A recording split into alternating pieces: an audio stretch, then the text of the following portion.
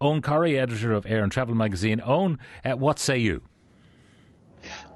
We certainly have to think of a third terminal.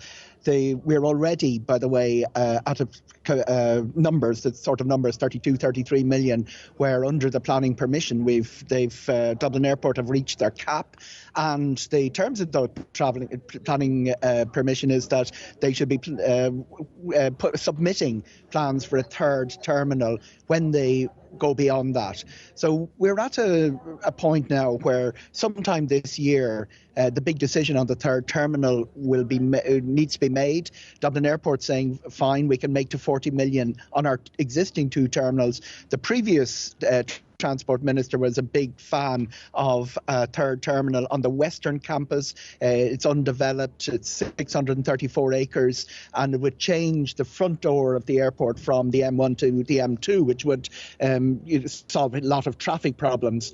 But that was then, and this is now. I do think there'll be certainly a rethink by the current administration. Yeah, the problem, as Evan Cullen and indeed Kevin just adverted to, these things take a long time in the planning, and if we're going to reach the 40 million capacity that DA can handle, they say, safely in 3 or 4 years' time, we're going to be behind the curve, absolutely, if we go beyond the 40 million, and we won't have planned, we won't have turned a sod.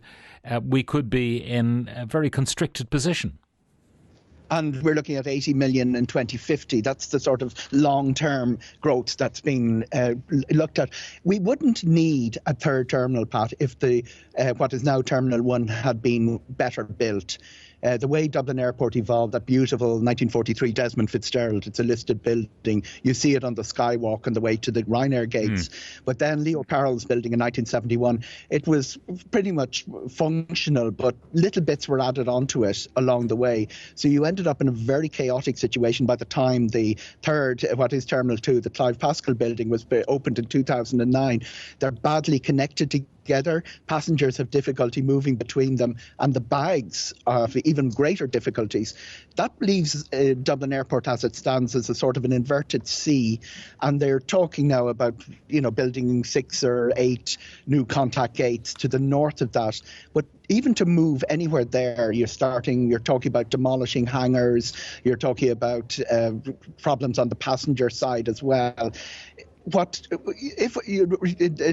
Airport are right, 2 terminals would be fine, but it's exactly like the Heathrow situation, where the old Terminal 1 in Heathrow, Irish passengers will remember that nearly 1.5 kilometres of a walk to get your Irish flights. That was eventually demolished when Terminal 5 was built. And what we've seen internationally is the likes of Terminal 5 in Heathrow, Terminal 2E in Charles de Gaulle, where a large terminal, usually a satellite, you get a sort of a train underground to get to a middle area where contact gates are very easily put up.